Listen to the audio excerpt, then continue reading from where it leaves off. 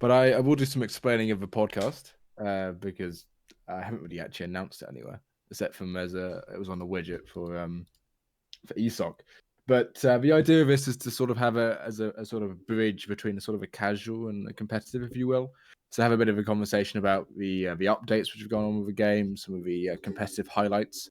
We'll be talking about the Royal 3v3 tournament, as well as the games we've just watched, our sort of experience of them or what have you.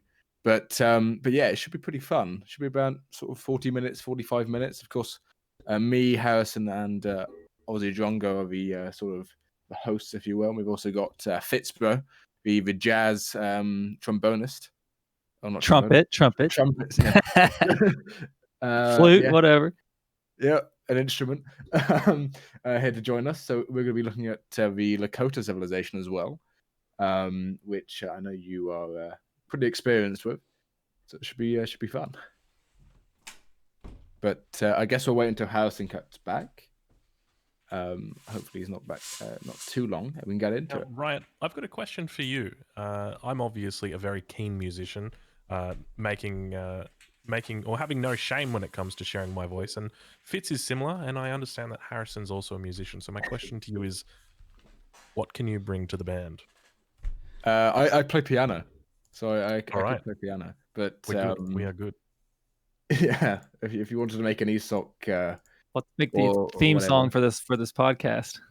That's a good idea. Yeah, I think the theme song is going to have to be. I'm going to come up with an ESOC theme song, but my suspicion is it's going to be "Remember the Name," which is the Fort Minor song, the famous Fort Minor song. Yeah. It's got a lot of potential. There's a lot of people actually really good at sort of music stuff in ESOC. Don't know if you've heard Only Baus. He played some of his rap on stream the other day. That was really good. Oh, seriously? Yeah, it's pretty good. Yeah, it's really good. Damn, I'm not gonna lie. He doesn't look like a rapper in his streams. I'm so surprised to hear that. Oh, I don't know. I don't know about that. I think he does. Wow, that is insane. Yeah. Okay, that's great to hear, because Baus is an absolute Baus when it comes to playing Age of Empires 3. But to hear that he's a Baus at rapping as well, hey, I gotta send him a DM. Picture screen. There we go. All right, got the lovely image that you've made up onto the screen. I was kind of thinking, do we have my home city? So what staying up? Yeah, what you could do is go in between.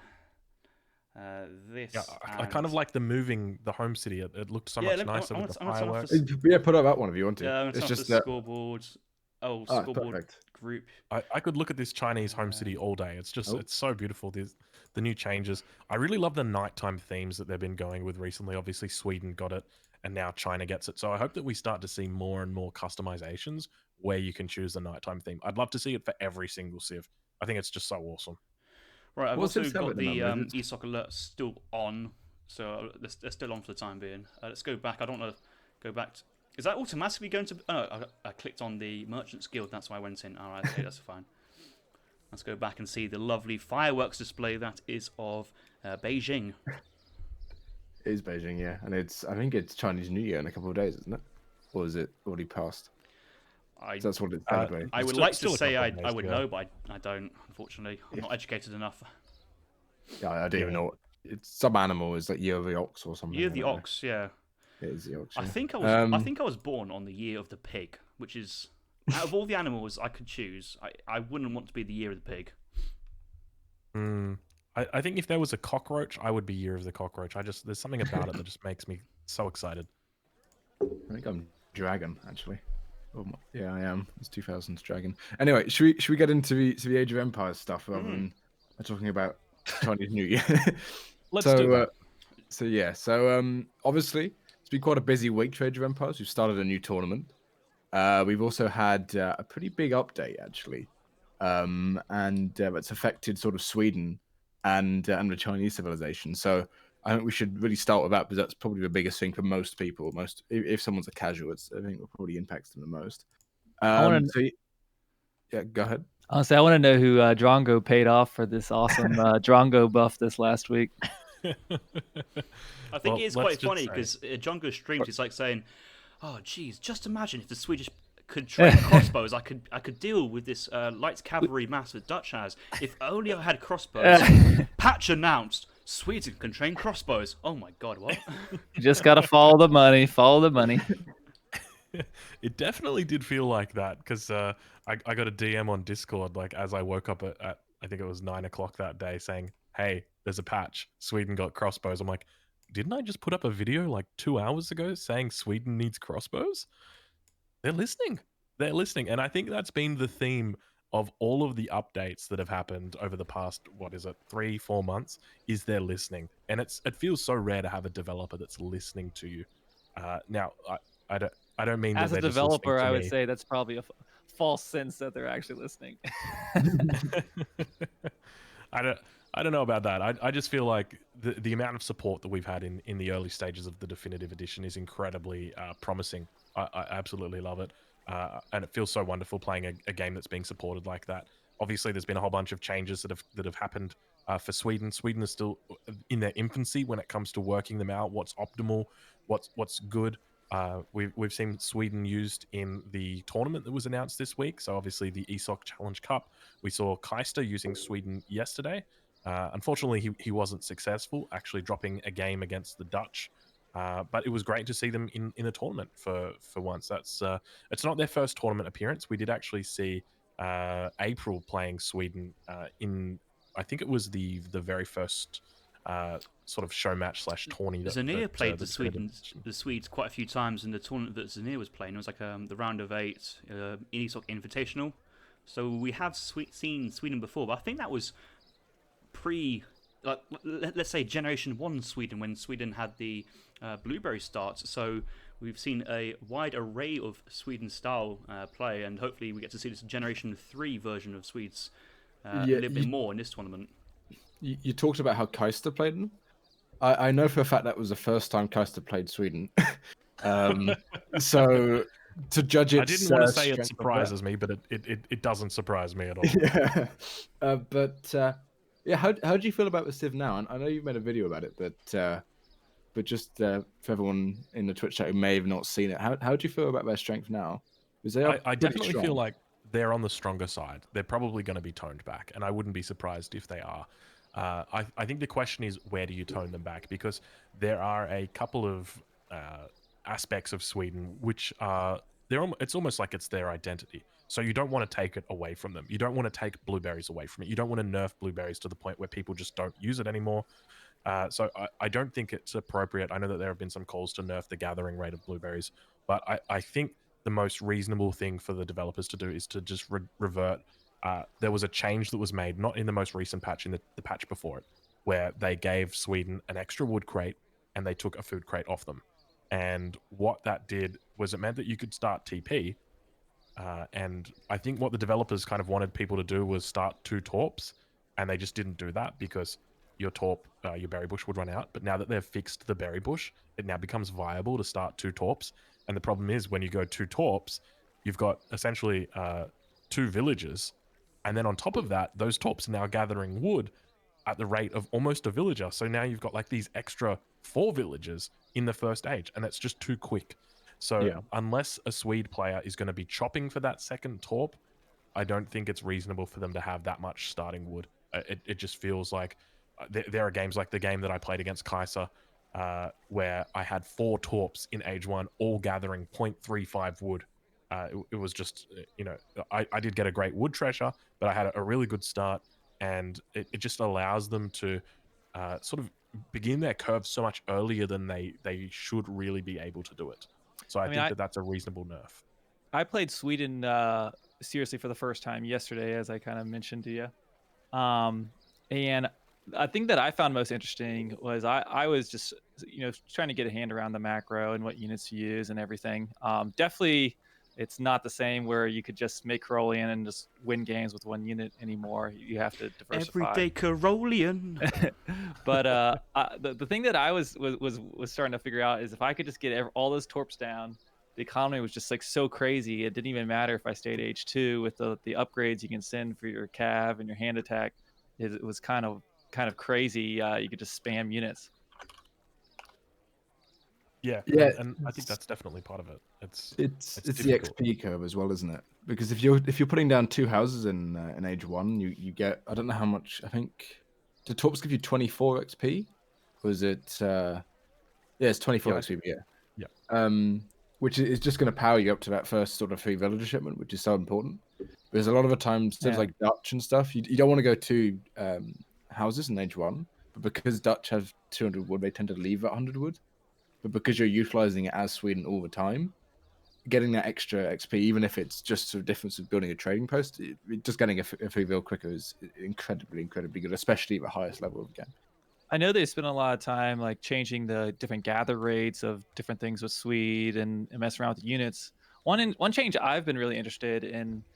I would be interested to see what if they changed the HP on them or the bounty for bringing them down. You know how that might change things, because I almost feel like there's so little incentive to siege torps a lot of times. And as I was playing Sweden yesterday, I just loved it when enemies would start going after my torps. I was like, great, I see what they have. I got time. I'll just build one more of those things.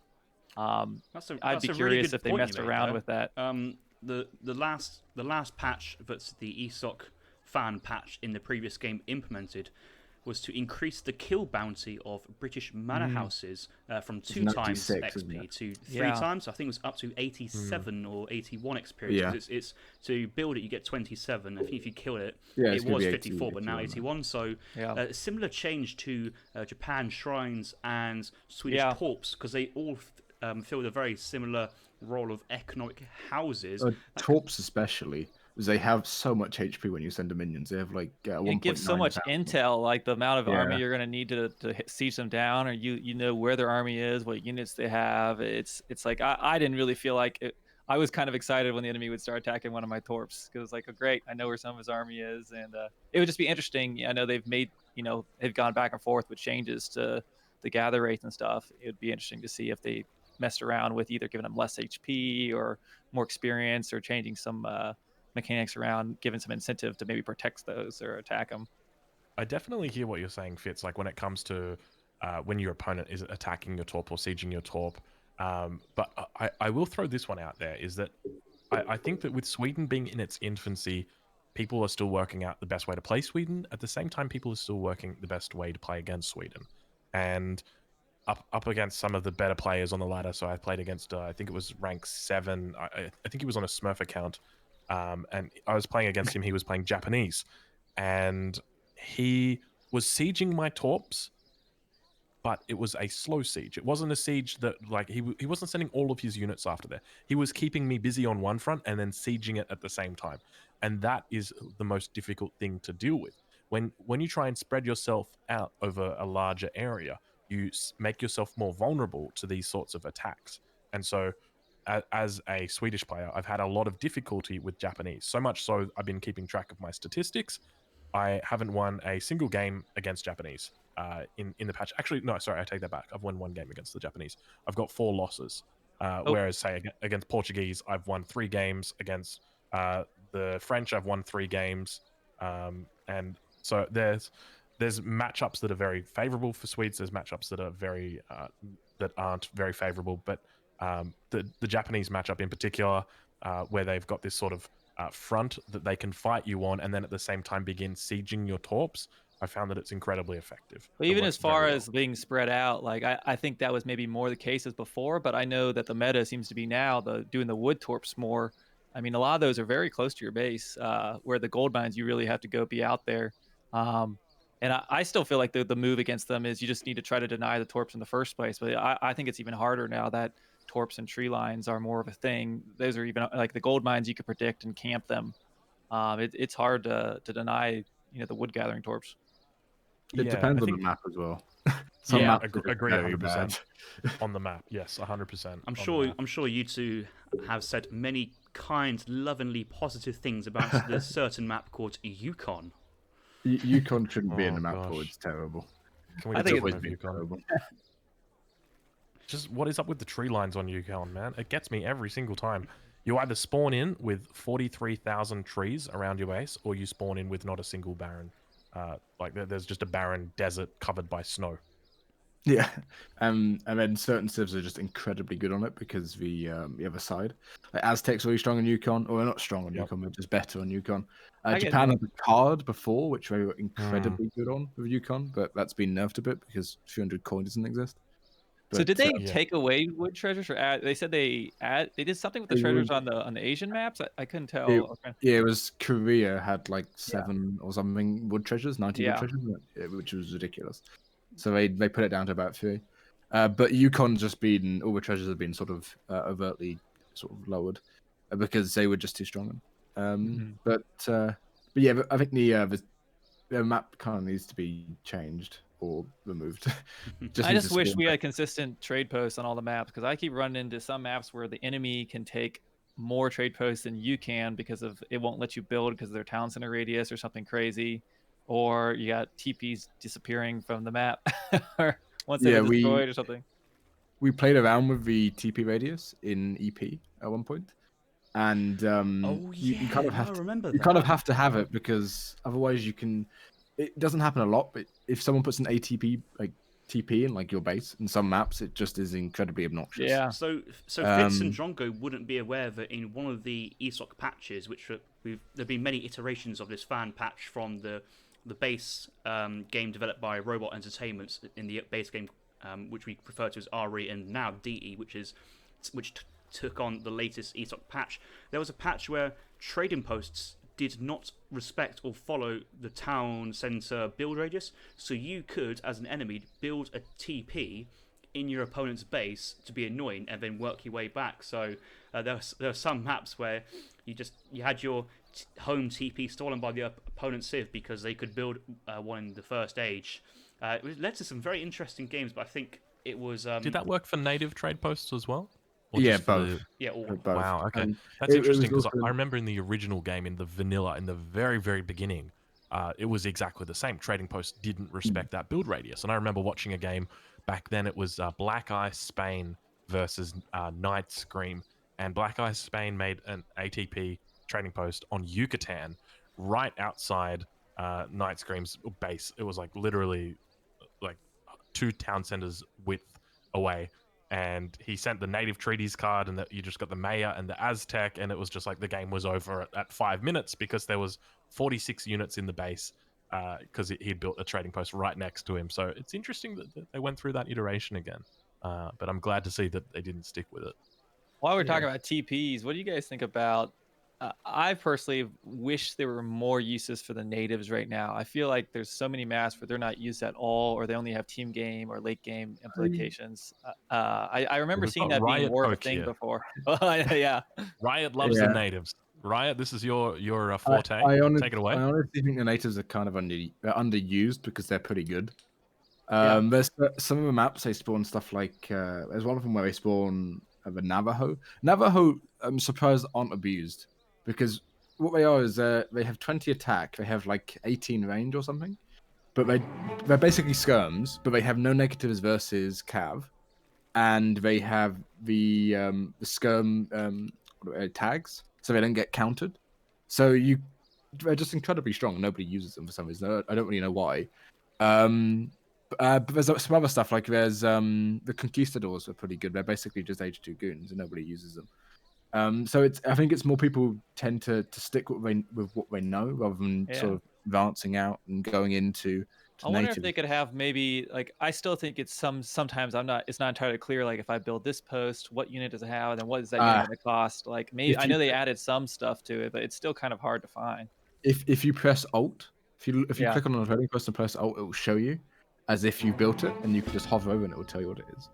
What if you you could click on the foundation and just have it like grayed out, like you could see everything. Like I'd almost rather just like be able to see it because I've looked for it, and if I'm not sure, and I've over 1,000 games, it's not very clear.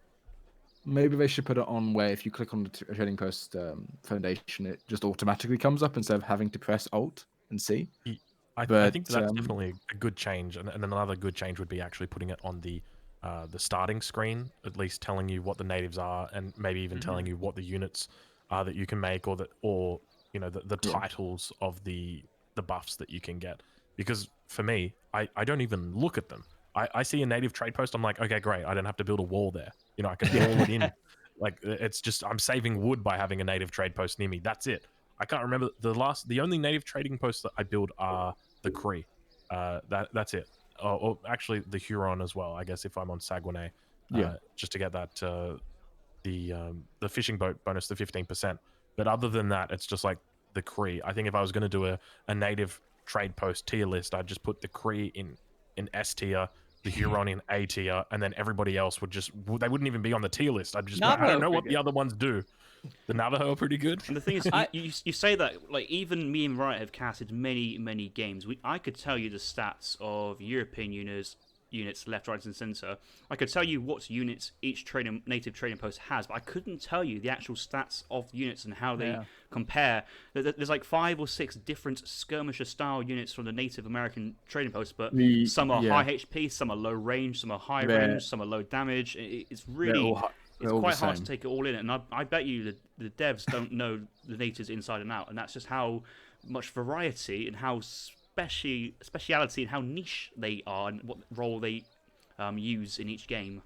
Yeah, that was just like my overall point is like I just wish there was a little more incentive to maybe using them. I would even love to see a patch where they were just even erred on the side of being more OP for just like to get them into gameplay, or like I even imagine like wouldn't it be cool if they made maybe the economic upgrades more lucrative, maybe like really incentivize, like if you take a TP you're good, it's going to boom you a lot, or you see your enemy take it, where if I see an enemy native icon pop up, I'm like, okay, some cheesy rush is about to happen. Is kind of how the feeling I have right now. I think they're meant to be, the techs are meant to be quite niche. So there's stuff you either get late game, or there's stuff at a sort of a side grade. So you have stuff like Apache, they have a cheaper version of Amalgamation, which also affects like boats and stuff. But it actually ends up costing you more than Amalgamation because you have to build the trading post. So it's sort of, you can get it, or it's not better, but it's good if you're catering a strat around it, basically. Is there any native trade post that gives you a berry upgrade, like a speed increase? Don't tell him. Don't tell him. the Bhakti, or they have a Tiger Claw one, so they give you plus 40%. Because they used to. Did you say plus 40%? Yeah, 40%. There was a map called Dakar, yeah, that's the one. Which had them at the top. And the map had loads of berries. It had water as well, but it had loads of berries. And if you were to play Japan, settle down. If you play Japan, what if you ship the blackberries, which give you 20,000 food each time you send it, and then you get the 40%? All right. It wouldn't. I need to work out what map. It wouldn't affect the talks, but I think your villagers would gather at that increased rate. Villagers though. Yeah, the villagers. Yeah, that's it. And you can send blackberries twice now. So you've got 40,000 food before Imperial, which is like, who needs mills when I've got 40,000 food? You know, the native posts make a great wall. You could just, you just ignore them, and they're great wall things. What's the next topic, guys? Actually, we should get on actually a bit, because we spent 15 minutes talking about native posts. Which is good, but which wasn't even in the agenda. Like that's how free flowing this discussion is. It doesn't matter. That's the point. But anyway, so the other stuff to get buffed really was China, right? I don't think really any of us play China. I play a bit. I tried to. I still don't. I've played very little China, but I thought that the patch kind of was alluding to there being like a stronger H2 China is kind of like what I felt like they were trying to do by moving some cars to H2 and stuff. But I still feel like H3 China seems like the way to go. It didn't seem too much stronger to me, but I don't play a ton of China. Yeah, I still think UFF is China, but I don't know. I feel China's still a bit weak. They need 100 food in Age 1, or they need 100 wood in Age 1, or something like that extra, and reducing the village cost or whatever. Because I mean, China's still okay, obviously, but even with the buffs, they're still sort of down the lower tier civs, I think. I think we still might need a bit of time. That's my fear, because I was watching a couple of streamers playing it, and it looked like they were still opting for the TP in Age 1 rather than the TP in Transition. And I think just by delaying the TP and putting it in Transition, sure, you're potentially going to be delaying your shipments, but it means that your age up is going to be a lot sooner. Your 700 coin is going to be in a lot sooner. So I think the meta now is 2 villagers, I think. Don't actually go for it, TP. Yeah, I've seen that a lot. Has anyone seen somebody successfully use the card to convert your troops to what are they? I think Aze has done it. New army. Aze has done it, but Aze has done everything. That guy. Aze has done it. The card I think was the good thing about it now is it's an called H2, the New Waves, I believe. New Army. Or New Army. Oh my apologies. Yeah. It used to be pretty niche before because you couldn't really fit it in a deck unless you were specifically going for it. But now I guess you can sort of soft it in H2 easier, which is the benefit, but it does cost more. But I don't think there's not really much point in using it and then not going to H3 because you then basically get 20% on your units for free if you go to H3. I was trying to force games. I was like specifically just trying to make that strat happen, and I just wasn't able to. But I'm not very experienced with China, and I kind of feel the same thing as with. I know a lot of people talk about converting rifle riders in H2 for Lakota, but they're still H2 units. It doesn't make them like that much stronger for the value of what you change. So the big difference between what the card you were talking about there, Evening Star for the Lakota, and what this card New Army does for China, is that you're converting heavy hand cavalry into this ranged cavalry, pseudo heavy ranged cavalry, which does well versus heavy infantry, and it's very similar to the Russian Strelets to Musketeer, where you're changing the fundamental units type as well. Yeah. But with the China one, you're just converting light infantry to light infantry and hand infantry to hand infantry, so there's not really much surprise factor. And you don't get much out of it, really, and that's the problem with the card. It might be useful if they dropped the food cost from 500 back to 200 or down to zero food. Honestly, it's not even that niche enough to even send it. The problem you have is if you're fighting an H2 against someone who is H2 as well against you, arquebusiers aren't really needed because Chukanu do so well in H2. They actually have more DPS than arquebusiers. Chang Dao are a bit better than Quang Pikeman, obviously, but even then, Quang Pikeman aren't bad anti-cav. So it's the fact that there's no real need to send it because if you're fighting H2 anyway, it's probably better to send sort of standard army hit points or stuff like that, which improves your H2 army, than sort of going to random H3 units, which aren't going to get good until you get to H3, which is the problem. So and they also buff some of these H3, some of these shipments for China as well, right? So I mean, I think so. So what else has really changed? It's I know the houses are deeper. Yang army, so 8 Keshiks, 8 Step Riders, and the upgrades for 750 food down for 1k food, and I think that's a very underrated shipment. Actually, it's not great. I think it's decent. I think there's a place to send it as card number 1, but you wouldn't wait any longer in the. It's good if you go black. If you go Black Flag or whatever it's called in the castle, which is just Step Rider and Kashyyyk, it's good. Other than that, it's pretty poor because you're never going to have enough Kashyyks and Step Riders to warrant getting that H3 upgrade. So let's say you're playing China into Germany. What you could have is the Summer Palace set to the Ming army, so that's the anti-cav Pike Keshik army. Leave that on Summer Palace to get 2 batches. You might be in the third age while the second batch of units is about 50%, 60, 70%, but then you still get the extra Keshiks from there. I think it's 2 Keshiks and 3 pikemen, or it might be 3 Keshiks, 3 pikemen. But then with the Beiyang army, that kind of upgrades them as well. The Steppe Riders is good for snaring, Keshik's good to deal with any anti-cav pressure, so it might be just a Civ-specific card, but I think it gives a bit more versatility than just going, oh, I'm going to go pure into Redcoats or pure into Arquebusiers as card number 1. And, some games it might work, some games it might not work, but it's another tool in China's box, which I think is very nice, but it does kind of force that H3 play once again from China. Yeah. I think you can use it, but I don't think it's going to be meta, put it that way. I don't think it's going to be the most useful card or whatever. But yeah, other than that, China hasn't changed too much. Summer Palace train time is pretty nice for the territorial army, but it doesn't. It's only sort of a 10% difference. It's not a massive. I think it's safe to say the changes for China are still kind of to be determined. I mean, it was like very obvious that the Sweden buff, that there were some big changes. I still think we're kind of figuring out what's going to happen with China, and if this has done a whole lot. I think it's kind of where we're at. It might be in a sense that when I was looking through the patch notes as an experienced player and caster, I read through the China notes, and I knew how each change would affect the game. When I was reading through the Sweden ones, I didn't know how each change would affect the game. And with the China ones, it's not like they're... Apart from the 180 wood villages, none of those changes really affected the core gameplay of China or really made a significant difference in how China would rank in, let's say, a tier list. So, although the developers saying, "Oh yes, we've got many buffs to China," if you showed two people, right, here's pre-patch China, here's post-patch China, they wouldn't tell you the difference. They wouldn't be able to find the difference. And that's really the philosophy we're going for. We're going for small changes. With the civs, which we know are kind of, they work already. They're not going to change too much because, especially at high levels, if you change like a small little battle, let's say you give Arquebus there 1 more damage or something, it could change how good China are completely. It can make them way better. So you need to be very careful with it, which is why you see like such a weird change for France. You have a civ which got changed with 50 food getting taken away from their starting resources. And that's exactly what I was about to suggest. That you know, if you added 50 wood to China, you could potentially see them rise up, just from a bottom tier civ to all of a sudden being a top tier civ, because it would mean that they'd only need to chop 10 wood to get their double village. They'd always have their 3 villas out. They'd be able to probably hit 4 or 5 age ups every single time.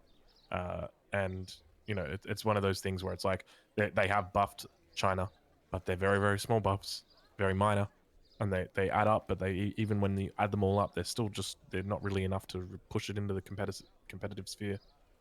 I mean, I think they could have maybe done a happy medium between what they've done with China versus what they've done with Sweden, because they've kind of flipped back and forth very drastically these last 2 patches. And I know maybe they're just trying to get them to be a stable spot, but I mean, it's really changed the last 2 patches. Yeah. Definitely. I honestly think this is quite a good patch. I think Sweden need to be changed a little bit more. I think they're a bit slightly too strong. I know Hazard thinks they're a bit too strong at least. But yeah, I think it's a step in the right direction, definitely. And it's good to see them updating so often as well. Yeah, definitely. Yeah, very fast patches. Cool. But I guess we've gone through the patch notes now, so we might as well go on to the tournaments. So obviously we've had a couple of games today of what's the cup? H Challenger Cup versus Kevin, Cup? Yeah. So yeah, we've had Hazard versus Kevin already. We've had Keister versus Lecosta, and we've also had one more. Soldier versus Migo, as well as the first series in the entire tournament, which was Maito versus I Am Turk. Oh yeah, Maito versus I Am Turk. So we'll start with the first one, Maito versus I Am Turk. So I don't know if you guys have watched that, but what did you think of the game? Yeah, I watched it. It was casted by Minimalt and Give Anxiety, and it was really nice to see those two back on the cast in mic. What I would say was Turk seemed to be very at home when he was playing Japan, but outside of Japan, it was a bit shaky, to be honest. And Maito looked to be in very good form, but having those two go at it, it'd be hard to see how... It's hard to rank Maito and his chances of qualifying from that group when we're yet to see how Maito plays against either Kaiser Klein or Sam Wise, one or the other. Because at the moment, you can say, I think Maito won 3-1 that series and said, oh yeah, Maito's in a really good position to qualify, but it's quite hard to see that as the kind of at the start of the group compared to when we look back and review how the groups went. But I think Maito's a player with excellent knowledge, very good macro skills, and he's experienced to form some great strategies, and the other 3 games versus Turk, which ones he did win, seemed to be relatively straightforward. I know that he was playing as the Ottomans on Sonora or Versus, but his match on the Sonora was very well controlled and seemed to be quite straightforward. We didn't see those extra town centers out from him. We did hope to see it, but he didn't need it at the end of the day, letting both me and Callan down. I think Gibson also got a little bit let down with that one. But yeah, incredibly well played on Sonora. I enjoyed watching that map, especially just primarily because it's a map that we haven't seen for a while. It's been changed, and when I say for a while, it's been 10, 15 years has it been? But it obviously it's still going through the works. We've obviously had it fixed up, thrown in a few more treasures. The coin mines spawn a bit more evenly or fairly because sometimes they all spawn on one side of the map. The middle coin mines, there's a bit of a plateau that prevents any any movement going through, and sometimes you get coin mines on one side instead of on the other. So that's been fixed up. But the map, well, the game itself, it played out very, very well for Mito. I love the way that he's been playing it with the 5 vills early. I think that it really pushes Ottoman. We saw just with the economy and the way that they kept up. Incredibly impressive. So yeah, really good stuff. That's what I was forgetting. I remember. I was trying to think specifically, but we said the 5 vills. I think each of the games that Maito had won, he has some sort of different build order than the current, let's say, standard, or the standard from the previous patches. Where in the first game, the German Mirror included Silversmith. Did it work out? Maybe, maybe not, but he did include it. When he was playing the British, he included, what was it? It's not Spice, it's Spice Trade. Yes, he included Spice Trade in his build, which wasn't there before, and making good use of the yield bonus from both the Silversmith and the Spice Trade. And then in the Ottoman game, went 5 vil first, adapted the Ottoman Fast Fortress into more of a semi-FF, couple TPs, better eco, and then controlled the game afterwards. Yeah, the 5 vil first Ottoman build is pretty good. Keister did it in his game as well. This is like a stat. And it sort of shows the greed, the greed meta is sort of expanding. Especially since if you compare it to sort of a legacy AoE, there's a lot more greed in DE. I quite like it. It ends up being more sort of drawn out games. You get to have bigger fights, which for caster spectacle are pretty fun. But yeah, I think also get to see a lot more fast industrials as well, Riotcoke. Hey. Yeah, I quite enjoy doing a fast industrial, but yeah, I haven't seen one in a tournament yet. I think the only person who's done one is Maito. He likes doing the fast industrial as France. Stuff we like did China. see. I guess it wasn't the tournament. It was the show match between H2O and Soldier. We saw Soldier pulling out the Chinese fast industrial on Borneo. Yeah. Which is a fast industrial China is really strong as well. As you get those 10 RQBSL when you age up to H4 or something. And it's more than 10. I think it's about 16. It's nowhere near that high. Oh, no, I'm messing. The shipment is the shipment in H4 is 17, isn't it? No, I don't know. I think it's 18. Yeah. It's a strong fast industrial, yeah, but the game is definitely going that way, especially with stuff like Sweden where they're so eco heavy. But Midas is still going to have. I mean, he's going to have a bit of trouble getting out of that group. Yeah, anyone. Migo was saying it's 12 arquebusiers, which makes sense. 12, the Dutch age up is 9 skirmishers, and I think you can say that arquebusiers are designed to be cheaper units than European skirmishers. So 12 arquebusiers makes sense, and yeah, it's quite safe to age up with the Confucian Academy to the 4th age, because you have that skirmisher mass there, and then you can then send your first shipment Changdaos to cover the arquebusiers, then send more arquebusiers, then send flying crows, and then this age 4 mass, it just rolls most opponents over, especially with some good flying crow macro there. I wanted to ask you guys, when I played Age of Empires when it came out, I played the original, the demo in 2008 or whatever, but I really didn't follow the tournament scene until probably just recently when I got really involved with DE. Are there any players that are in the current tournament that are new, I guess, to the tournament scene that didn't play in the prior ESOC patches and Legacy? Because it's been really interesting for me to see these maps in the tournament pool that I haven't seen since I played the game a decade ago, and I wondered, I would feel uncomfortable right now if I was thrown into a match on a map that I haven't played in a very long time. Are there any players that are new to the scene that maybe haven't played these maps as other Legacy players? No, in this tournament specifically, no. People who you sort of see as new, sort of Kevin, even though he's been around for sort of the last year or so, and probably Keister. Kinesi, of course, is new in the sense that he hasn't played in tournaments for about 2 years, or a year and a half, because he's been banned. But other than that, he's a very naughty boy, but he's been a good boy now, so he's back. Yeah. I was just wondering. Just for those curious, can we ask why was he banned? We could, but we can talk about that. No. I mean, I think it's pretty well known. You can find it if you need to, but it's to do with a big tournament which he may have played for someone else in. I'll put it that way. But okay. Well, I think for the reason why I ask is I feel like there's probably a lot of new players that maybe come into the game for the first time and are probably seeing some of these maps. And unless you've played in a custom game, I think they're very interesting. And I kind of wish I would see some of these on the ladder. I wonder if they'll change the map pool, or if you're someone trying to get into these new maps, how do you I guess just host up custom games a bunch. All the maps we're playing on is in the game. It's only Sonora has been changed from like the base patch Sonora to Aze's modded balanced map version of Sonora. But Decan is there. All of the ESOC maps are still there. So it's people can play on the maps we're playing, which is very nice in that sense. And to be honest, the only ones which are really different is Deccan, because Deccan you start with a lot more resources. I think it was in the map pool actually for a while. Yeah. We have a quick search one, but I think it's not in. Yeah, it was in the beta. Yeah. Well, hopefully, eventually, Age of Empires 3 is going to move to the same system that Age of Empires 2 has got, where they update the map pool. It seems every month, and they also have the option to veto maps. They have the option to preference maps. Yukon. And most importantly, you can see your map and then pick your civilization based on that map.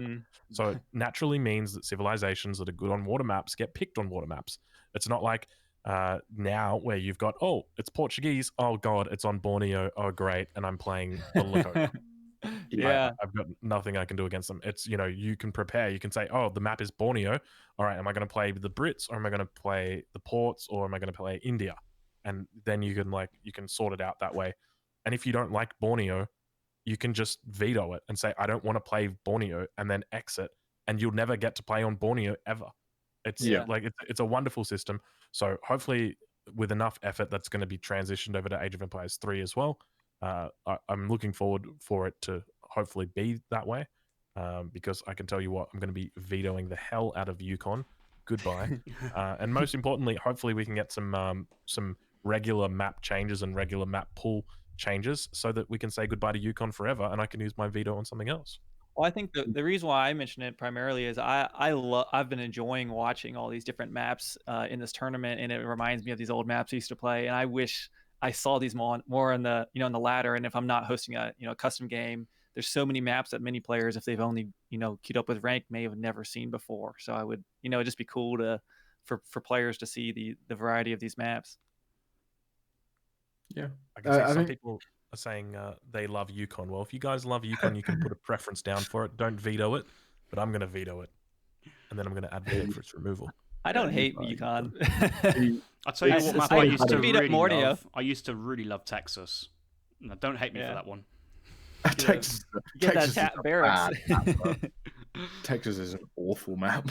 You got two what was it? 2 herds of like 6 bison. Yeah, and that was it. It was like, okay, who can FF and just like not die before their hunt runs out? Well, it was FI because you had 2 outposts and an in-base racks as well for you, so there was no reason to play aggressive early games. So it was always nice to like, hey, I can practice my full greed build, knowing that if a cav tries to raid me, well, they're going to die to 2 outposts. So it's quite safe like that. Going back to the new players that you was asking, Fitz, I think what we've seen is that it's quite hard to come into this game and get the knowledge down. I know you two have been playing quite a lot, a hell of a lot, much more than me. Your macro skills are pretty decent, but it's the getting the grips with all the game knowledge will take a long time. So I think once that process happens with some of the newer players, we might see some new players in the top 16. I guess the closest new players to break into that kind of top players club may be Lilybo, StarCraft 2 ex-World Champion. Yeah, but he's come from the old game. Yeah, April was a new face as well. Probably played again before, but still, it's relatively new in terms of the competitive. There's obviously definitely some chances that people are going to come up and get a lot better, but the game is, as in DE, is quite new. So if you're competing against someone who's played the game for 10 years or 5 years, it's going to be just very, very difficult. So I've ran across players who said that they were new to DE, but like played a ton of StarCraft. So I'd be curious, how to, I think we all know there's difference in skills in different RTSs, but like how those other RTS games from, that were more popular in the last years, transfer over if they're picking up DE. There's definitely some transferable skills you can get there because, as Harrison said, Lilbao, he is literally top of the top in StarCraft, if I recall correctly. he came across and only did sort of 15, 20 games or something, and ended up being in that sort of upper echelon of sort of top 25 players on EP. So it's definitely something that can happen. It's just that getting there, if you're a brand new player to RTS, I don't think is going to happen too quickly, at least. But there should be some ESOC tournaments which are run more for people who are lower end as well. That's soonish. So even if you're not Kaiser Klein or you're not Mito, you're going to have some chances to get into smaller prize pool tournaments, but definitely some tournaments on the way, which should be pretty good.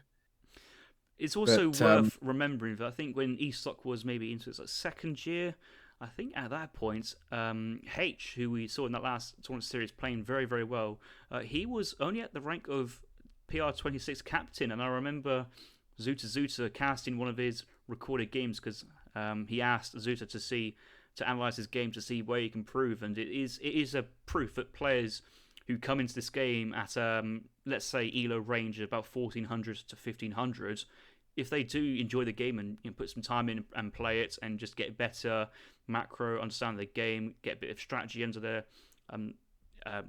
knowledge, they can climb and climb and climb. It is possible. It's not impossible to get as good as the top players now. So we'll have to see if any of the new players coming in on the DE wave will get to that level, and be interesting to see. Yeah, I mean, more players, more competition is always great for the game, to be honest. Yeah, more players are, the better the game ends up being, which is great. But yeah, as for the rest of the games of the Challenge Cup and stuff, Keister, I think, versus the Castet is the real sort of surprise for most people. We have a lot, as in sort of Turk versus Mito. I think most people suspected it was going to be a Mito. Mito was the higher seed. Hazard versus Kevin again. Kevin took a game off Hazard, but he was the higher seed there. But yeah, Keister versus Le Castet. What do you guys think about that game? Because that was, I don't think anyone expected to go 3-1. It was very clear that Keister had done his map homework and prepared what to do on each map. I was always commenting how his H1 was very good. His even simple things like herding, Keister had his finger on it, and he was doing his absolute best to go for it. And I saw Le Castet commenting in the chat at the end of the series, just admitting that hadn't prepared well. Keister prepared very well. Keister counterpicked Castet very well, and thoroughly deserved to win that series. But when you look at the predictions, when I was going through the predictions and looking at all you guys predicting that Kinesi would win the group, I was thinking, no, I'm going to put my money on Le Castet, actually. I'm really impressed by his gameplay, but a shock defeat, to say the least, versus Keister, I think is an understatement. Yeah, I don't think Kinesi's winning that group, honestly. I think Lucas is winning it. Well, he could now. I mean, if Tet has dropped a series, then Le Castet will now really have to defeat Kinesi if he wants to progress. Yeah, but the problem with Kinesi is Lucas' playstyle plays very well versus Kinesi. Castet plays very well versus sort of that water play way he's playing. He does have 2 water maps, though. And even Keister, he plays sort of Sioux, Lakota even, plays Ottoman, plays Dutch, he plays all these civs which are relatively good versus water, actually. I don't know, actually, don't know about Lakota, actually. That might not be the best ever versus water, but yeah, there's definitely potential there for... I have an OP anti-water deck. We've got the best person to give us a 2-hour lecture on how Lakota deals with water play Portuguese, but we'll come on to that. I've got a special deck for that.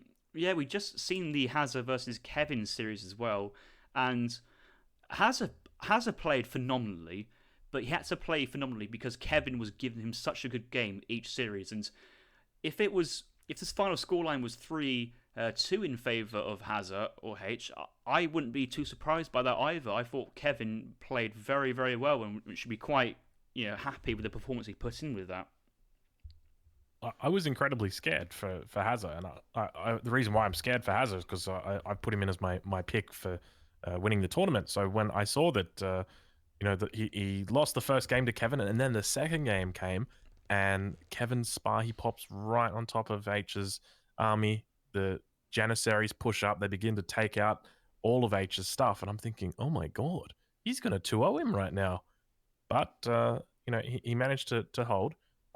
it was a great series. I definitely didn't expect it to be as close as it was, and yeah, Kevin's obviously been putting in a lot of hard work recently. He's been grinding the ladder, and he's been doing his homework as well. Because I think he played phenomenally.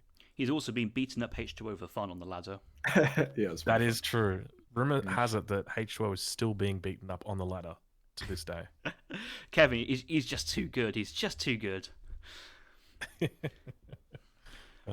Right, so I'm not entering as a player, but I'm sure I'll be doing quite a lot of casting work. If any of you guys here entering the the Royal Clans 3v3 tournament, which is happening, the draft's already happened, and then the games will be played very soon. Yep, I think Ozzy is too. I am, yeah. The draft just happened yesterday, so excited to try you out met your some team? games. Okay, so Drongo, you're a captain. Who are your team members? Yes, so I've gone for a bit of an in-house team. So a lot of people are going to be playing with people that they've not met before, or that they've never really seen other than like maybe a ladder game or something like that. I've opted to go with two of my moderators. So these are mods that I've got on my Discord as well as on my Twitch. So I deal with them on quite an intimate level every single day. I've got quite a good rapport, a good trust, and I know that they're incredibly loyal to me, which is why we're going to be doing amazing sling strategies. If I had just gone for anybody, I know that maybe they'd be like, oh, I don't know, Drongo, I don't really feel like you're going to be able to pull this off. Whereas my mods, they're going to be like, fuck yeah, Drongo, you know, I'll send you 300 wood. I'm not even going to ask for it back.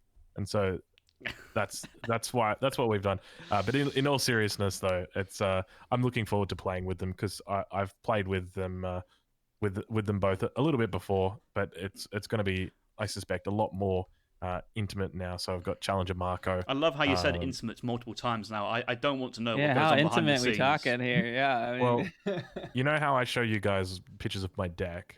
These guys. Yeah, you've get got a very nice deck setup. Yeah. I'm glad you kept my deck pics in your DMs and don't talk about it on stream. But yeah, I feel like we're going to have that as a bit of an advantage over the other teams, just because we've got that connection. And your team is it Challenger Marco and Thomas and Thomas, aka the Barracks Deleter FHG. So he's I think he's from Brazil but living in Portugal, I think. You guys heard it here first. Drongo's going to be slinging resources if you're against him in round 1. So work on your strat. Yeah, the rules are that you're not allowed to sling resources past 3 minutes. Before. Was it before or past? Sorry, before 3 minutes. Yeah. Apologies. So yeah, essentially, India is just going to stay age 1 and gather wood, and then they're just going to send 1,000 wood to me, and then I'm just going to make 10 torps out of it. I have to ask you, what civ are you planning, if you care to share, would you be planning to play, since you can't replay Sweden more than one round? Japan. Definitely Japan. Oh, they man. basically play the same way. Oh, damn. Yeah. They play the exact same way. And then once he's done with Japan, he's either going to play Brit or Portuguese. The crowd riots. Whichever one Aussie feels like he wants to boom the most on. Is it specifically the person can only like the team can only play the civ once? Or is it the person? Yeah. No, it's each person can only play a civ once, and then I can play Swedes the first game, and then Marco can play Swedes the second game. So can I guess that the third game would be Portuguese? No, because it's only if you win with the civ. So the third game would definitely be Japan. Oh, you only got to win 2, right? Yeah, you got to win. Your team, FitzBro, looks pretty strong actually. No. Or Jezebob, I think he goes by nowadays. Reese, who is around PR 30, PR 30. Wait. Noel has Reese and FitzBro. I thought FitzBro Fitz would be a very strong second or first pick, as in second player. But wow. Yeah, there's a lot of strong picks there. I think Noel also picked first, so he was. Bob looks at it, he picked first, so he was actually FitzBro was the first of the second round. If you understand what I mean. I got it. But yeah, I think that's quite a strong team now. We've seen and Fitz. We haven't really coordinated much of anything yet, so that's still to be determined. But Brand New and I last night were playing some games, and beating up some noobs in the ladder, so we're definitely ready to go. I think you're all in the US as well. I think off the top of my head. So Kind of. Brand new's in Alaska, and I'm in Ohio, which could be almost different countries in the EU, but. I mean, I know it's a team tournament with a lot of communication, but as individual players, let's say you rank them on their 1v1 skills, I think that's a very strong lineup, and I would like to say it's a stronger lineup than Team Drongo if they're all playing individual 1v1s, but maybe Drongo's intimate teammates may work together as a stronger units. Yeah, our troops understand we got to keep our resources homegrown and in-house. I don't expect to be accepting any resources from any of my teammates. It's gonna be earned by my villagers' sweat and tears. Out there gathering.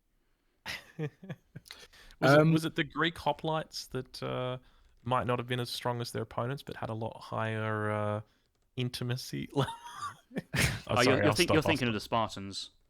The Spartans. Okay, yes, yes. We are the Spartans of Age of Empires 3 Definitive Edition. Ew.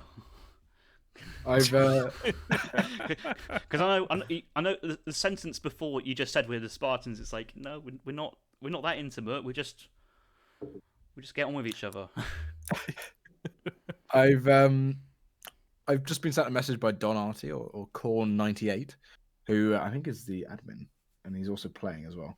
But yeah, apparently the civils you're slightly wrong with. Apparently you need 6 civs overall to win a best of 3. So if you win with Sweden, France, and Dutch on one game, you can't then replay Sweden, France, or Dutch at all. Oh, okay. I thought it was player specific. Okay, because I was gonna get my first game. I was gonna get someone to play India, and then the second game we were gonna get someone different to play India. So I guess. Oh yeah, busted. Fitz is there laughing, but little does he know he can only play the Lakota once. That's okay. I play Hey, I do random civ every single Monday. I've been preparing. How does that go for you, Fitz? How does that go for you? It's been going better recently. I've actually come out positive the last 2 weeks somehow. But it's definitely something I would challenge everyone. If you have not done before, take a day and just play random on ladder with your main account for a whole day. It's a humbling experience. Oh yeah, I do it on your main account. Ooh. Yeah, I should say own the account, but yeah, you were ballsy. Not having Smurfs, sir. It's cheating. There's no risk with Smurfs. Yeah, that's what makes them fun. It's not like Ozzy has a second account called Drongo from Hardware. No, he wouldn't do that, would he? No, not at all, no. No, that's not me. That's an imposter. How do you feel about your Jimbos, Fitz? I love those things. Yeah. I think Riot's most enjoyable thing of Age of Empires, it's not casting, it's not playing 1v1 serious. It's spamming it's catching unsuspecting victims on the 1v1 ladder with very interesting, out of the box strategies. If you know what's coming, it's easily defeatable. But if you don't know what's coming, you're in for a bad time. Yeah, that's why I changed my name every 2 days, because otherwise people know what I'm going to do. Yeah, I only noticed that you were playing against H earlier. I think it was about 7 hours ago or something, and I'm like, oh, this guy's doing the Riotcoke FF or FI, and then I checked my friends list and I'm like, oh, it's Riot. Yeah, I mean, I think I could have won that game actually as well. I watched it back. I didn't. Yeah, you could have. You totally could have. Actual units would have been fine. I just got to the point, if it's a name that I don't recognize, I just expect something stupid's about to happen. If it's a stupid name, it's most likely a Smurf. Like Jimmy Pickles is a name. That's just a Smurf. There's so many duplicates now. You don't even know now. You just need to always them. Yeah, people like changing their names to be someone that someone's just played, so everything gets the same player. Yeah. Like on stream. Oh my god! Again, which is pretty funny. Riot's trying to log in to Age of Empires 3 using my name once, and I was mental. I was like, you do not use my name. That's not a bad idea. I need to start impersonating people. Yeah, you just change your name to I don't know. Change to FitzBro, and then just don't play Lakota, and then people won't know what he's going to do. So unless it's Monday. Unless it's Monday, then it's going to be FitzBro, isn't it? But yeah, actually talking about you, Fitz, we can go on to talking about Lakota, and how strong you actually think they are, because I think there's talk of Lakota being pretty strong at the moment, or just being strong as a civ as a whole. Yeah, but, I think they're. think they're fairly balanced at the moment. I don't think there's anything crazy. Like, I think everyone has, things for a civ that you main that you wish would be. There's always something you want buffed or whatever. Typically, for me, as far as like if there's something I was looking for them like maybe to add to the civ, I still don't love the community plaza mechanic or no the tribal market mechanic. Being capped at 10 vills on it is really awkward. Or even like if you're in the middle of a fight and you have to like grab, say you just finished a gold mine, you got to move all your guys across the field to another gold mine. You can't even get all of those villagers to build it at the same time because they only let a few villagers build. So it can be really awkward transitioning. And I've also had has mentioned this, and I totally agree with the community plaza. You end up losing vills a lot because you don't see that there's like one little vill hiding underneath the plaza or the tribal marketplace when you garrison when there's a raid incoming, and you end up losing a vill or two when they come into raid because you don't even realize they're still on the gold mine. But that's why they have the town bell mechanic at the town center. you got to be a bell ringer and ring that bell. Use that. You don't want to be a bell ringer. You don't give people bad ideas. There's 3 musketeers coming into my base. Ring that bell. Come on, guys. Everyone to safety. I've also like found it's interesting. I think as far as like some decisions as far as the early game econ, I think the market is I see some people saying, hey, you should build the market soon, and then there's a lot of players who don't. And I've watched a few of the professional players lately skip it all together because there's really only one upgrade you can get at your market is the hunting dogs, because you're really not going for the wood chopping or the villager upgrade. So it's quite an investment to get. So I've seen a lot of people skip it to go on for the bison upgrade, and then of course assuming you're sending talking about some good cards, if you're not familiar with the civilization, the Great Hunter, which is an excellent 25% for all your gathering and a 10% yield for hunting. And then there's also this was it spice trade? Spice trade, yeah, 20%. Yeah, as the 20%. And 10%, so you can get insane hunting gathering rate. So it's like sometimes I saw it was interesting. I was watching Soldier's game yesterday, and he actually got the villager upgrade for his army. I've almost never gotten that. Yeah, it's the one it makes them into CDBs basically. They do like 14 attack. It's pretty funny, but I don't think it's viable. But yeah, I watched it. I was like, should I be doing this? I was like, is he gonna do this? It's like there's some weird cards, like there's a Sepoy Revolt one which nobody ever uses. It's 2,000 wood and it turns all your units into Sepoy. It's India. But I don't know if you guys are familiar with. I don't know what it was, but I remember back on the Ancient Dynasties. If you guys look in Age 4, there's this Warrior Culture card that gives your villager 200% all actions damage. And I remember there being some crazy strategy where you just boom vills and you sent that card, and it was like simulated the revolt for the Lakota. And I remember doing it and winning with it. I don't know how it worked, but I was wondering if you guys ever saw it. I've done that versus a very low-rated opponent. In the old game, custom game, he was my mate, a player called Malachite, and he was getting new to the game, and he wouldn't be able to do that versus a decent player whatsoever. It's quite funny because you do need to realistically in the 4th age obviously to send it, but then have the sending the bison cards, upgrading hunts, and gets into 99 vills and just spamming out all this eco to get all this food stock behind you before you can then drop 3 forward town centres, maybe even sends the card which allows you to train villagers from the native embassy as well. That's a 4th-page card. And then sends, obviously, the villager attack. And so you're continuously spamming villagers left, right, and centre, maybe having 20 vills on fertility so that the actual how fast they come out is still fast. But the problem is, because they're eco units, once they kill one military unit, they just stand around. You have to micro every single one villager. And if they were like Age of Empires 2 villagers and actually auto attacked, this had some sort of decent siege. Well, they don't have range, do they? The AoE ones.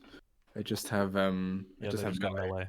So they just bash people with their bloody sticks or whatever, or swords. I don't know what they do. Yeah. But they do pretty good damage. But as far as like some strategies that like I think have been interesting lately, if there was something that I think might be overpowered, I think there's some craziness with bow riders sometimes. I've been kind of wondering. I was able to win against UA for the first time last week, and I basically just made bow riders, and it was kind of insane. But there's definitely matchups where that's not working. It's if you're allowed to stand there and fight with bow riders, as in they don't move, they just do so much damage because they fire twice as fast as dragoons and have sort of 27 attack or something in Age 3. Yeah, once they're carded and you get your advanced arsenal and those range upgrades, like they're pretty insane. And I gotta say, there's definitely I have gone like to using bow riders a bunch, and I've gone away from using them, and now I'm back to like kind of using them a lot more. Like, definitely recommend a lot of bow riders for Lakota players. Gets a long way. And lately, I've been trying these last few months like some fast industrial play with Lakota, which has been very successful in a lot of games. Yeah, I think you beat me with it as well once. I tried to FI as Dutch, and you fast industrial me and killed me. Yeah, I like to do it if I see like the enemy is like definitely just sitting in their base, because the shadow upgrades are so good with if you get in those, you ship the 8 Tashonki Prowlers and H4, they're already upgraded. The only thing you have to upgrade are Wakina, and you can ship 18 Wakina, and your dog soldiers automatically, your Tokolo soldiers automatically upgrade. So you can have a very powerful army and a window of opportunity to just crush the enemy.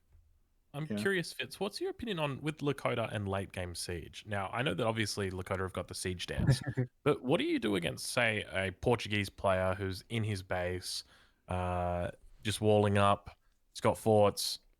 You see, I've got a video for this on YouTube, but I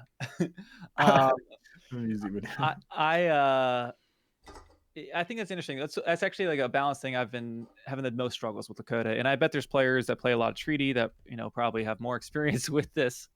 But the siege dance, it's OP when you have full axe riders and all your carded things, and you got 25 on the community plaza. But a lot of people don't realize every time you're doing that siege dance, it's assuming you've got 25 vils on that. That's 25% of your potential economy, assuming you're at 100 vils or 99 or whatever, which is unlikely. So that's oftentimes at least half your econ, if not that, on that. So it's like when you're siege dancing, it's very much an all in when it gets to that opportunity. And so there's really these weird moments of Lakota, you've got to like make a decisive, if you decide to attack it, you got to go for it if you're pulling your vils to go to the plaza. But as far as like late game, really the civs, I've had a lot of Portuguese players can win with just towers and forts and dragoons just sitting in their base the entire game. I've been trying to do more trade monopolies against it is really the solution, but you're not going to siege in, you're not going to get into their base. The siege dance isn't enough. And the Tashonki, they get significantly worse. You lose 1 or 2. I mean, they're already getting weaker, and they get weaker as they lose numbers, of course. And there's really no reason to send the Marauders card anymore. I've seen the idea floated around of an Age 4 card that was like an infinite 3 mortar card. Do you think something like that would help out? That's a great idea. You need to get me in touch with whoever the people are you paid off for the crossbows, because I would love that. I thought it would be interesting to give them an Age 4 mortar shipment. Would be interesting, or even like a field cannon like the Haudenosaunee have. Whoa! Don't get carried away.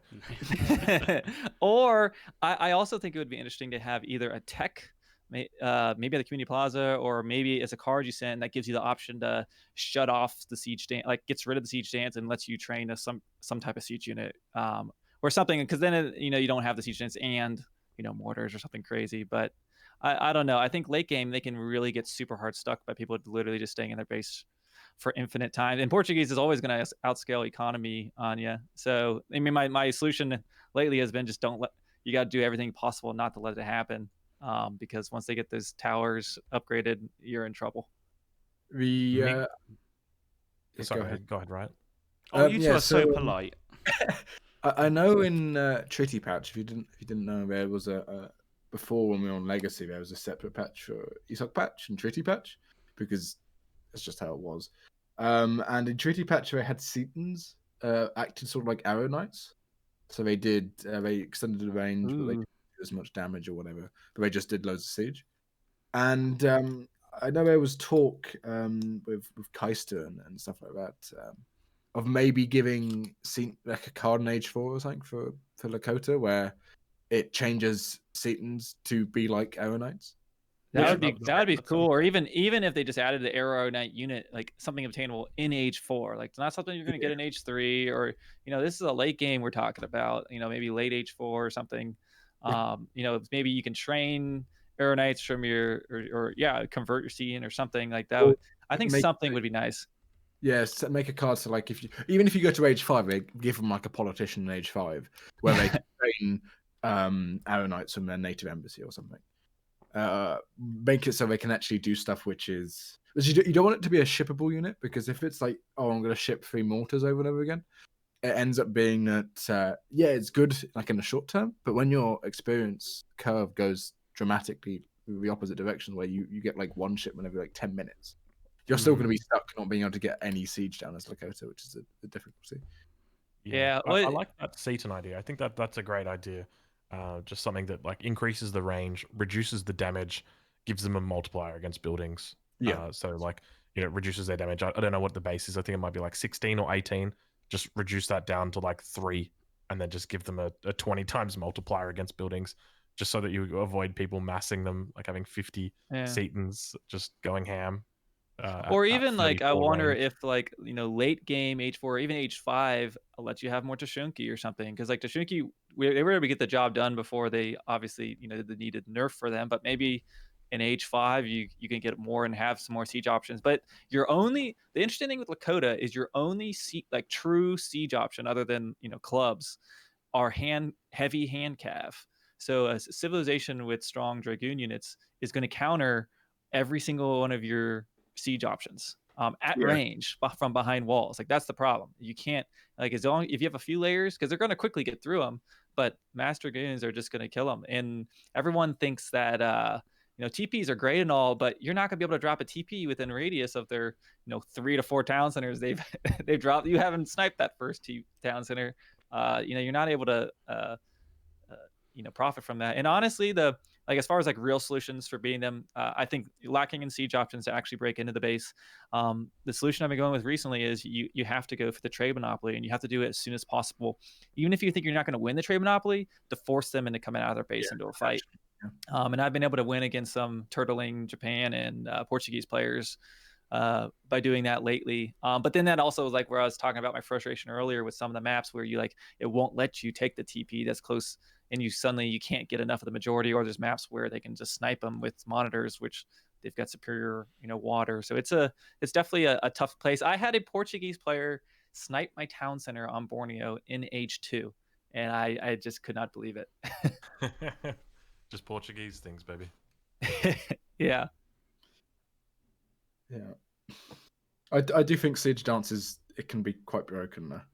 Because you can just change your army, which is full of just hand cav or whatever, to have the same siege as like 10 Falcons. It's insane.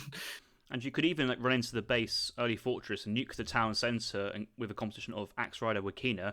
And then once the town centre's gone down, well, the Wakinas, they can just build 10 TPs in their base. And if you send the TP attack card, well, you've got legendary plus Axe Rider's attack and HP in the 3rd age. You're thinking, hang on a minute. Is this? I'd be curious how many players I'd be curious have. I actually took the TP attack out of a lot of my decks because if you look at the H2, you're really maxed out, particularly on water maps. If you want to have any water cards, because you want to have Great Hunter.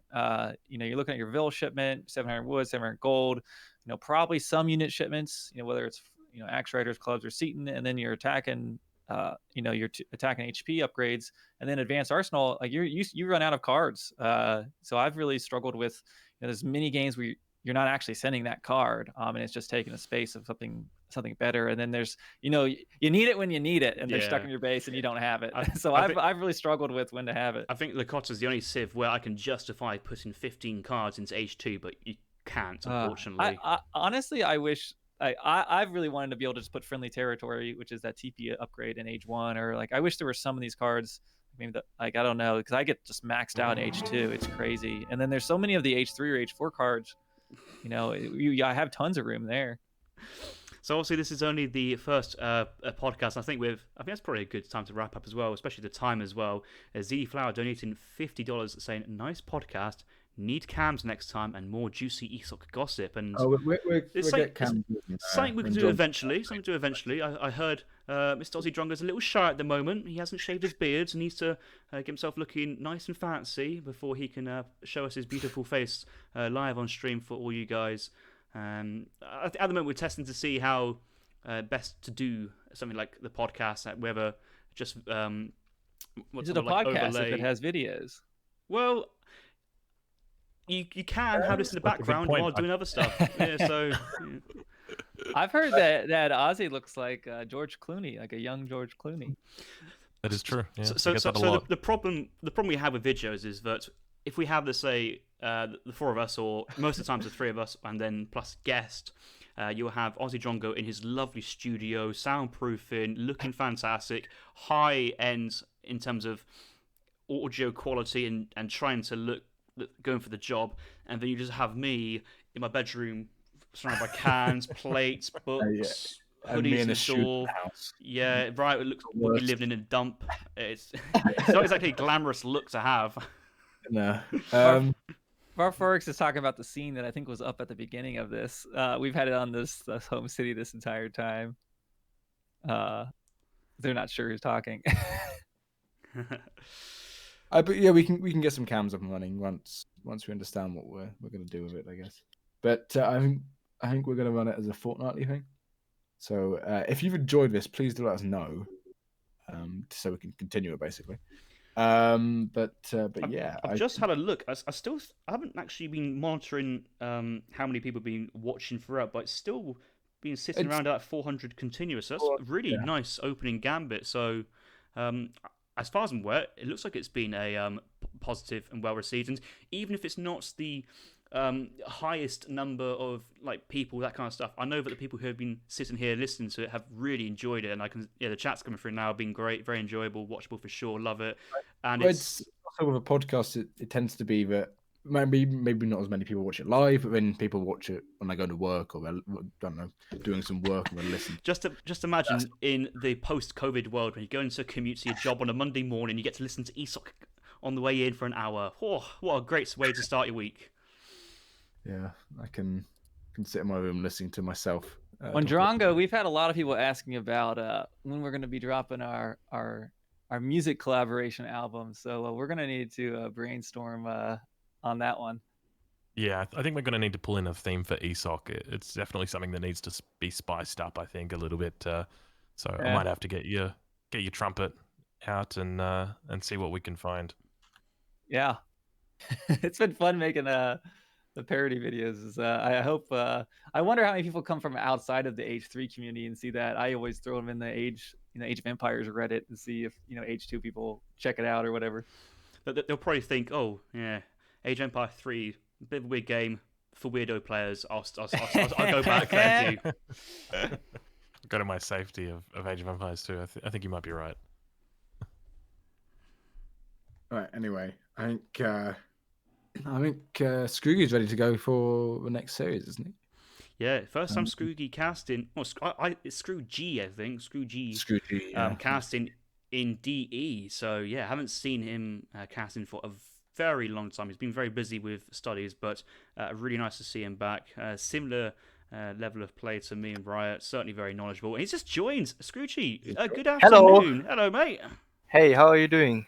Yeah, not bad. Are you ready for your first cast on ESOCTV on the DE game? Yeah, I'm set up. Everything is there. The donation bar, the games. Should be a good series. Obviously, I can't spoil how many games there are. Well, it's five games. I think it's going to be good. It's 5 games. It's 5 games. How do you know? Because it's 5 games. It's always 5 games. I thought it was best of 5. It's always 5 games until the series ends. That's because of the group format. Okay. Yeah. That clears something up. Okay. Bill it as 5 games, so when one person wins their 3rd game, you're like, oh my god, they've actually won the 3rd game. Oh, I didn't expect that to happen. Wow. Yeah, exactly. Right. So you get points on how many games you win, and that's how the group places are decided, right? Okay. I think Riot's already wrapped up the podcast, but if you want to wrap it up officially again, you can go again. I don't know, but thank you very much, FitzBro, for joining us for the premiere podcast. Thanks for having me. This is fun discussing and bouncing ideas off each other, and I hope it's helpful for the guys in the chat. Certainly, another format to digest your Age of Empires news. Maybe even I know for me when I'm working, a lot of times I put podcasts on, so maybe this will get listened throughout the week as we go on. Yeah, and you're more than welcome to come back again if you want to, which should be good in the future. But yeah, thanks for listening, guys. I guess watching on Twitch. And yeah, I hope you enjoy Scrooge's casting of Izad versus Mega. All right, see you guys. Thanks, guys. See you guys. See ya.